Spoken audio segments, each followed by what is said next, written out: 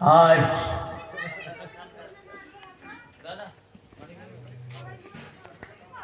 वर्ष में आने वाली सुहावनी खुशहाली के पर्व पर यह ग्राम नादन में पंचकुंडी यज्ञ का आयोजन किया गया। हम लोगों को सूचना मिली तो हमने कहा जीवन इसीलिए हुआ है कि धार्मिक कार्यों में सम्मिलित हो, क्योंकि गायत्री मिशन सद्गुणों का भंडार है, सद्गुणों का सूत्र है, सद्गुणों का आधार है। जहाँ ऐसे आयोजन होते हैं उस गांव के, उस नगर के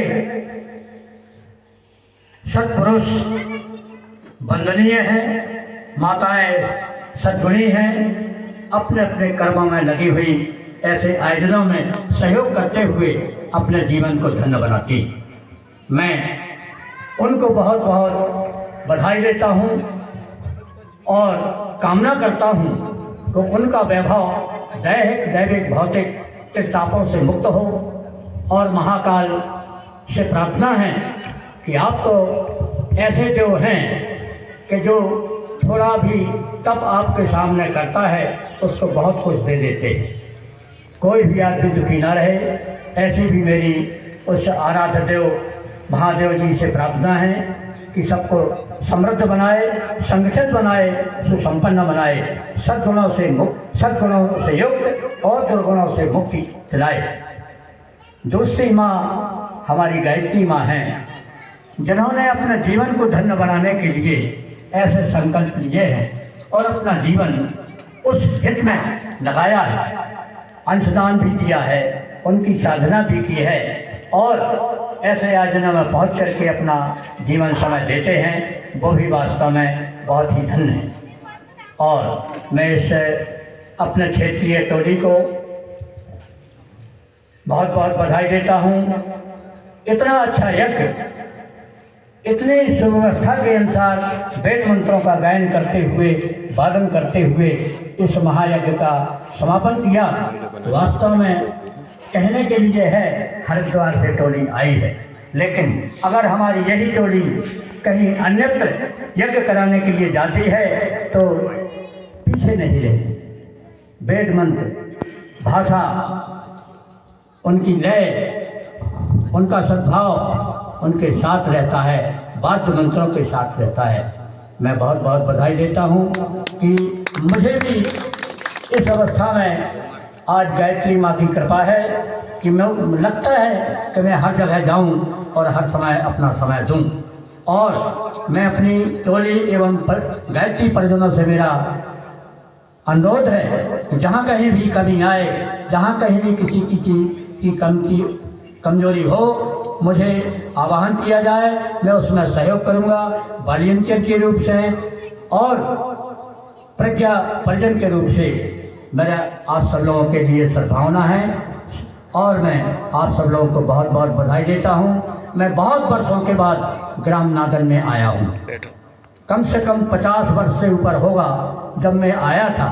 और यहाँ नंद किशोर गुप्ता वगैरह मोहनरा में पढ़ते रहे, वो सब आते जाते रहे और हमारा एक चौरसिया परिवार भी यहाँ रहता रहा, हरी चौरसिया, और उनके सभी लड़के मोहनरा में व्यवस्थित हो गए हैं।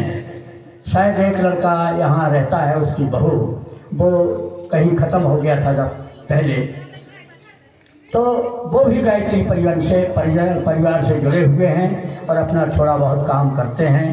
ऐसी शुभकामनाएं।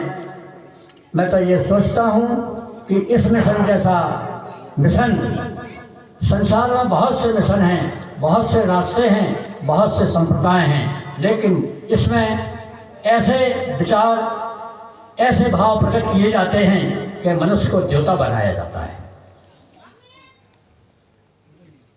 जहाँ देवता बनाया जाता है वहाँ पृथ्वी पर स्वर्ग ऑटोमेटिक आ जाता है, स्वभावतः स्वर्ग में ही देवता रहते हैं। इसलिए इस मिशन के समकक्ष में मैंने दूसरे मिशनों में भी अध्ययन किया है, पहुँच करके उनके भी भाव प्रकट किए हैं, लेकिन इस जैसा मिशन विश्व के किसी भी कोने में दिखाई नहीं देता, जिन्होंने अपना सारा जीवन, आचार्य पंडित श्री राम शर्मा जी ने सारा जीवन बिताया। मैंने उनका जीवन पढ़ा है कि उन्होंने 15 वर्ष से उनके गुरु हिमालय वासी उनको यहाँ से ले गए थे और हिमालय में उनको क्या किया, क्या पढ़ाया, मैं तो नहीं सोचता हूँ। उन्होंने तो वो विद्या दी थी जो विश्वामित्र ने भगवान राम को दी थी, और हकीकत में श्री राम उनका नाम है। निश्चय ही उनको इस संसार के कितने ग्रंथ, कितने वैज्ञानिक, कितने महर्षि, इनके सबके बारे में उन्हें ज्ञान कैसे आया, ये एक आश्चर्य की बात है। उन्होंने पटन में लिखा जैसा मिला और वही अपने जीवन में उतार दिया। 24 कुंडी उन्होंने पुरुषचरण, जब उनके गुरुदेव ने उन्हें कहा कि आपको इस भारत भूमि में जाकर के कुछ करना है, उन्होंने उसको स्वीकार किया और स्वीकार करने के बाद उन्होंने कहा कि आपको पुरुषचरण करना है। एक पुरुषचरण 24 लाख मंत्रों का होता है, एक पुरुषचरण। उनको 24 लाख के 24 पुरुषचरण दिए गए। उन्होंने अपना गुरुदेव का सहृदय स्वीकार किया और संकल्प किया, तभी से उनका जीवन ऐसा चल रहा है। बताइए, अब उनको हम देवता न कहें तो साधारण मनुष्य नहीं है। यदि उनके परचिन्हों पर चलने वाला व्यक्ति भी देवता ही है। और आप सब लोग यहाँ आए हैं, पधारे हैं, जो अपने घर से भी बैठे सुन रहे हैं, वो भी देवतुल्य की श्रेणी में आएंगे और उनका जीवन धन्य होगा। और धन्य है यह नगर, यह गांव जहाँ की हम लोगों को बुलाया, नहीं तो हम लोगों की जीवन लीला समाप्त हो जाती। दोबारा हमें ये नादन गांव देखने के लिए न मिलता। मेरी उम्र 83 वर्ष रनिंग कर रहा हूँ, लेकिन मुझे उनकी कृपा से ऐसा लगता है कि मुझे अभी जवानी ही है, मुझे किसी बात की कमी नहीं आती। मैंने अपने जीवन में ईमानदारी से और सबका हित किया। परमात्मा से मेरी यही प्रार्थना रहती है कि मेरी बुद्धि को सद्बुद्धि दिए रहना। मुझे न धन चाहिए, न प्रतिष्ठा चाहिए, न ऐश्वर्य चाहिए। अपने आप जितने की ज़रूरत है अपने आप चली जाती है। क्या ज़रूरत है ढेर लगाने की, क्या ज़रूरत है अतिरिक्त मानस संग्रह करने की। संग्रह यदि है तो जनमानस के लिए है। मैंने सन 66 में सागर विश्वविद्यालय से ग्रेजुएशन करने के बाद उस समय सर्विस ढूंढती थी कैंडिडेटों को, लेकिन मैंने सर्विस नहीं की। मुझे शायद इन्हीं की कृपा रही होगी कि सर्विस करके क्या करोगे, पैसा जोड़ोगे और दूसरों को परेशान करोगे, उनसे आप रिश्वत खाओगे, उनको परेशान करोगे और आप स्वयं परेशान हो जाएंगे। तो जो लोग भ्रष्टाचार के माध्यम से लिप्त हैं वो हम सुखी नहीं देखते। उनके घर में एक न एक व्याधि ऐसी बनी रहती है कि जो उनका अन्यत्र पैसा आता है उसी माध्यम से चला जाता है। तो एक देहाती कहावत है कि पानी का धन पानी में और नाक कटी बेईमानी में। आप भ्रष्टाचार के माध्यम से पैसा कमाते हैं, लेकिन किस लिए? सुख प्राप्त करने के लिए। लेकिन सुख कहाँ है? सुख तो उस परमात्मा की देन है, जिसको वो चाहता है उसको सुखी बनाता है। उसके लिए ना खजाने की जरूरत, ना ऐश्वर्य की जरूरत, ना पद प्रतिष्ठा की जरूरत, अपने आप चला आता है। जीवन में संतुष्टि अगर हो जाए तो उससे बड़ा दुनिया में सुख नहीं है, ऐसा गुरुदेव ने लिखा है। और मैं तो आज भी एक पुस्तक उनकी छोटी सी बुकलेट पढ़ता हूँ और 2 दिन में उसको पूरा कर देता हूँ। 4 घंटे उनका, जब मैं पलंग पर पहुँचता हूँ तो पलंग पर 4 घंटे जब तक नींद नहीं आती तब तक उनके साहित्य का अध्ययन करता हूँ। और मुझे लगता है कि मैं जन समाज का, जनमानस का सहयोग करूँ।